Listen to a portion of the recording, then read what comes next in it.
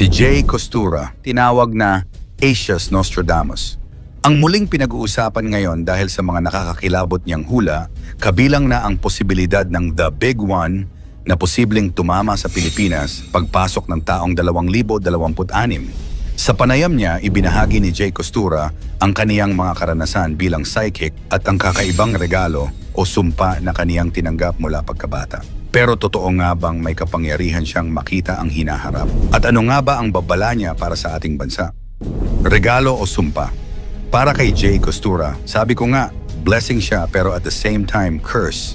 Iyan ang sabi ni Jay habang inaalala ang hirap ng pagkakaroon ng kakaibang kakayahan. Mula pagkabata, nakakakita na raw siya ng mga bagay na hindi nakikita ng iba mga aninong naglalakad. At minsan, mga kaluluwa daw ang nagpapakita sa kanya. Kwento pa niya, madalas siyang pagtawanan o husgahan noon. Tinatawag pang demonyo o sinasapian. Pero ayon kay Jay, hindi siya masamang tao. May pananampalataya raw siya sa Diyos at ginagamit lang niya ang kaniyang gift para tumulong sa mga nangangailangan. Ayon sa kanya, bawat beses daw siyang magbasa ng baraha o tarot card, nagdadasal muna siya. Naniniwala siyang ang kakayahan niya ay hindi galing sa dilim, kundi sa Diyos mismo, isang paraan para maipahatid ang mensahe sa mga taong nawawalan ng pag-asa. Bagaman marami ang bumabatikos at nagsasabing demonic daw ang kaniyang ginagawa, pinaninindigan ni Jay na siya ay isang Kristiyano at hindi kailanman gagamit ng kapangyarihan para sa masama. Nakita ko ang dugo sa kamay ko. Ilang oras lang may namatay. Isa sa mga unang karanasan ni Jay na hindi niya malilimutan ay noong makita niya ang dugo sa sarili niyang kamay matapos hawakan ng kaibigan ng kaniyang ina. Ilang oras lang daw ang lumipas na baril ang taong iyon. Mula noon, sinimulan na niyang unawain at tanggapin ang kaniyang kakayahan. Kahit nakakatakot, alam niyang may dahilan kung bakit siya pinili ng Diyos na makakita ng ganitong mga bagay. Ang kapangyarihan umano ng mga baraha.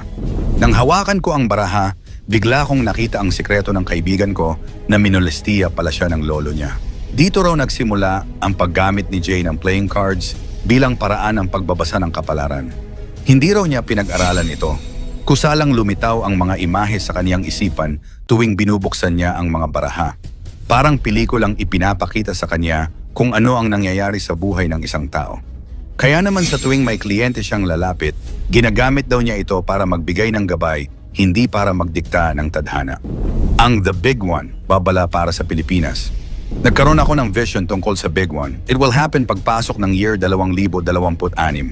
Ito na marahil ang pinakakilala at nakakakilabot na hula ni Jay Costura, ang The Big One. Ayon sa kanya, matagal na raw siyang nakakakita ng mga pattern at palatandaan ng malaking lindol na posibleng tumama sa bansa. Hindi raw niya ito sinasabi para manakot, kundi para maghanda ang bawat Pilipino. Naniniwala siya na ang ganitong mga babala ay paalala lamang na maging matatag sa pananampalataya at huwag kalimutang manalangin.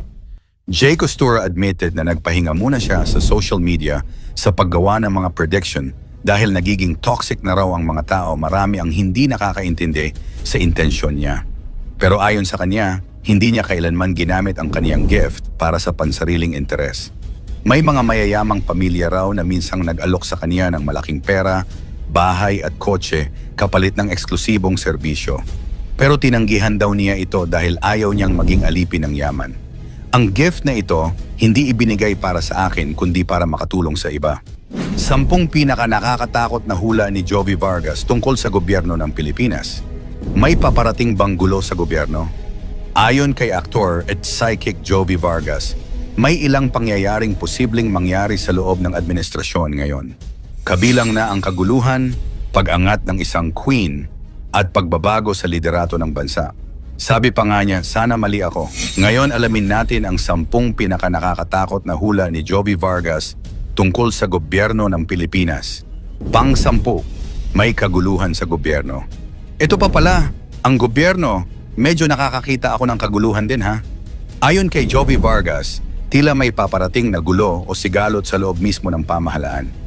Posibleng may kinalaman ito sa mga isyong matagal nang hindi nalulutas. Hindi niya binanggit kung anong klaseng kaguluhan, pero malinaw, may hindi pagkakaunawaan o banggaan sa itaas. Pang-9, lalabas ang isang malaking issue. Bago matapos ang taon, may lalabas na issue na medyo may gulo akong nararamdaman. Sinabi ni Jovi na bago pa matapos ang taon, may isang malaking issue raw na pwedeng magpayanig sa bansa. Hindi niya sinabi kung political scandal o corruption, pero malinaw ang pahiwatig. May mabubunyag na hindi maganda. Pangwalo, peligro sa termino ng Pangulo. Kung hindi niya maayos, hindi niya matatapos. Magpapalit tayo ng bagong presidente, isa ito sa mga pinakanakakagulat na linya ni Jovi. Ayon sa kanya, kung hindi maayos ng kasalukuyang Pangulo ang mga issue sa loob ng gobyerno, posible raw na hindi nito matapos ang kanyang termino. Hindi raw ito sumpa, kundi energy reading ng sitwasyon, na kung di maagapan, maaaring mauwi sa pagbabago ng liderato. Pangpito, may negative energy sa itaas. May mga pagbabago siyang gustong gawin, pero may negative energy na pumapasok. Sabi ni Jovi, kahit gusto raw ng Pangulo ng pagbabago, tila may mga puwersang humahadlang. Pwedeng internal conflict o mga taong nasa paligid na hindi tapat. Ang babala niya, kapag hindi ito nalinis, mas lalala pa ang tensyon. Pang-anim, tahimik ang dalawang partido pero may sasabog. Tahimik lang ang dalawang partido pero may sasabog bigla na issue. Ang pahayag na ito ay tila babala ng isang paparating na political explosion. Habang tahimik daw ngayon ang dalawang kampo, posibleng may inihahandang rebelasyon o pag-atake. Para kay Jovi, ang katahimikan minsan ay simula ng bagyo. Panglima, magkakaroon ng pagbabago sa kaso ni Tatay Digong. Palagay ko merong pagbabago sa kaso ni Digong, pero may kaso pa rin. Marami ang nagtatanong kung makakauwi ba si dating Pangulong Duterte. Sabi ni Jovi, may konting liwanag sa kaso pero hindi pa tapos. Pwede raw siyang maampunan o tanggapin ng ibang bansa. Kung totoo man, ibig sabihin ay may kalayaan pero may kasamang limitasyon. Pang-apat, may senador na dapat mag-ingat. Pwede siyang magkaroon ng pagpunta. Papunta siya sa ICC. Babala ni Jovi, may isang senador daw na maaaring harapin ang international na kaso. Hindi niya pinangalanan, pero malinaw na may connection sa International Criminal Court.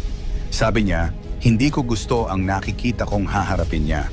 Isang pahiwatig ng paparating na kontrobersya. Pangatlo, pagkakawatak ng mga politiko. May mga lilipat, may mga nakikiramdam. Pero kung maayos ng presidente, tuloy siya. Tingin ni Jovi, unti-unti nang magkakaroon ng realignment sa politika. May mga lilipat ng kampo, may mga iiwan ang dating kaalyado. Pero kung maayos ito ng Pangulo, mananatili raw siyang matatag. Isang hula ng posibleng reshuffling sa kapangyarihan. Pangalawa, lilitaw ang isang queen. May lalamang talaga kapag nangyari yon, ay queen, papalitan siya. May lalamang na babae. Ito ang pinaka-misteryosong hula ni Jovi Vargas. Ayon sa kanya, may babaeng lilitaw na maaaring magdala ng malaking pagbabago sa bansa. Hindi niya binanggit kung ito ay literal na pagpapalit ng presidente o simbolo ng pag-angat ng isang babaeng leader. Pero malinaw, isang queen ang lalamang. And ang ating number 1, sana mali ako. Sa dulo ng lahat ng ito, may sinabi si Jovi na tumatak sa mga nakapanood. Sana mali ako. Bagaman marami siyang nakita, aminado siyang hindi niya gustong magkatotoo ang mga ito. Ayon sa kanya, hindi ito upang manakot, kundi para magbigay babala. Tandaan, mangyari man o hindi ang mga hula, lagi nating tandaan na sa Diyos lang tayo magtiwala, hindi sa mga manghuhula. Ano sa palagay mo? Mangyayari kaya ang mga hula na ito o isa lamang itong kwentong bunga ng malikot na imahinasyon? I-komento mo ito sa ibaba. Huwag kalimutang i-like, i-share at mag-subscribe. Maraming salamat at God bless.